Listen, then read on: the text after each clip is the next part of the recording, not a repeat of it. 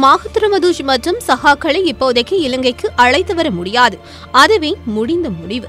ஆனால் விசாரணைகளை நடத்தி வரும் துபாய் போலீசாருக்கு புதிய தகவல்களை வழங்கி வரும் இலங்கை விசேட அதிரடிப்படை புலனாய்வு பிரிவு அவர்களை அங்கே நீண்ட நாள் சிறை தண்டனை பெற ஏற்பாடுகளை செய்கிறது.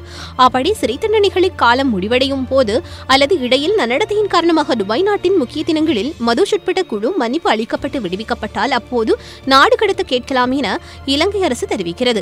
ஆனால் இவை இப்போதைக்கு நடக்காது. விசேட அதிரடிப்படை வலைவீச்சு. மதுஷ் மற்றும் சகாக்களின் இலங்கை வீடுகள் மற்றும் உறவினர்களை தேடி STF வலை வீசி வருகிறது. மதுஷின் தொலைபேசியில் இருந்து வந்த அழைப்புகள் கூடுதலாக எமிலிபிட்டியா உடபளவு பகுதிகளுக்கே வந்துள்ளன. அப்படி வந்த தொலைபேசி இலக்கங்களுக்கு சொந்தமான 15 பேர் தேடப்படுவதாக தெரிகிறது. மதுஷ் இந்தியாவுக்கு சென்று துபாய் சென்றார். அப்படி இந்தியாவுக்கு அவரை அழைத்துச் சென்ற நீர்கொழும்பு கொச்சிக்கடை சிவாவை STF தேட ஆரம்பித்துள்ளது. இவர் அரசியல்வாதி ஒருவரின் கீழ் அடிக்கலம் புகுந்திருக்கலாம் என்று கருதும் போலீஸ் அது தொடர்பிலும் தீவிர விசாரணை நடத்துகிறது. பாதாள உலகின் முக்கிய புள்ளி பெரோஸின் சகா என கருதப்படும் சிவா பெரோஸ் சுட்டுக் கொல்லப்பட்ட பின்னர் மதுஷுடன் இணைந்துள்ளார். அதேபோல் மாளிகாவத்தை கொலண்ணாவை மருதானை ஆகிய இடங்களில்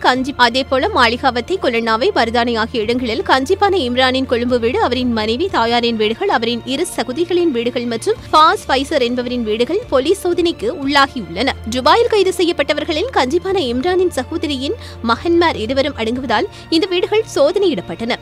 முழு நாளும் தேடுதல் நடத்தப்பட்டாலும் சந்தேகத்துரிய எதுவும் கைப்பற்றப்படவில்லை. இந்த உறவினர்களுடன் தொலைபேசியில் பேச துபாயில் தடுத்து வைக்கப்பட்டுள்ளோருக்கு சிறு அனுமதி வழங்கப்பட்டுள்ளது. இங்கு முக்கிய விடயம் ஒன்றையும் குறிப்பிட வேண்டும். மதுஷ் மற்றும் சகாக்கள் கைது செய்யப்பட்ட பின்னர் முதல் தடவையாக அவர்களுக்கு தங்களது உறவினர்களுடன் பேச அனுமதி வழங்கப்பட்டதல்லவா? அப்போது நிலம் மறந்து பேசிய பலர் இலங்கையில் இருக்கும் சில சகாக்களின் பெயர்களை கூறி அவர்களை பாதுகாப்பாக இருக்கும்படியும் கூறியுள்ளார்கள். அந்த தொலைபேசி அழைப்புகள் பதிவு செய்யப்படும் அல்லவா? அவை இலங்கை அதிகாரிகளிடம் ஒப்படைக்கப்பட்டு அதில் சொல்லப்பட்ட பெயர்களை வைத்தும் கடந்த சில நாட்களாக இலங்கையில் மதுஷின் சகாக்கள் கைது செய்யப்பட்டு வருகின்றனர். மதுஷின் உறவினர்கள் மதுஷின் முதல் மனைவி தனது 2 பிள்ளைகளுடன் கொட்டபாயில் வசித்து வருகிறார். அவர் ஒரு தாதி. மதுஷ் பிள்ளைகளை விட்டு போன நாள் முதல் இதுவரை அவரிடம் எந்த உதவியையும் பெறாமல் பிள்ளைகளை வளர்த்து வருவதாக அவர் போலீசாரிடம் தெரிவித்துள்ளார். மதுஷின் தந்தைவழி உறவினர் நீர்கொழும்பில் உள்ள அவர்களிடமும் விசாரணைகளை நடத்தப்பட்டுள்ளன. ஒரு காலத்தில் நீர்கொழும்பை ஆட்டிப்பிடித்த மதுஷ் அங்கு தொடர்பில் இருந்தவர்களிடமும் விசாரணைகள் நடத்தப்படுவதாக சொல்லப்படுகிறது. மதுஷ் மற்றும் சகாக்கள் விசாரணை குறித்து ஆராய STF பொறுப்பான பிரதிபலிஸ்மா அதிபர் லத்தீப் துபாய் சென்றுள்ளதாக வந்துள்ள செய்திகள் தவறானவை.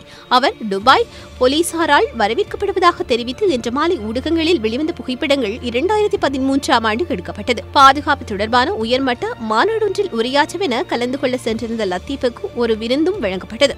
அப்போது எடுக்கப்பட்ட படமே இது. அரசின் முக்கிய அமைச்சர் ஒருவர் DIG லத்தீப்பை மனம் தளர செய்யும் நோக்கில் தனக்கு நெருக்கமான நண்பர்கள் ஊடாக இப்படியான வதந்திகளை பரப்பி வருவதாக அறியப்பட்டுள்ளது. மதுஷ் மற்றும் சகாக்கள் நீண்ட காலம் சிறை தண்டனை பெறுவார்கள் என்று சொல்லப்படுகிறது.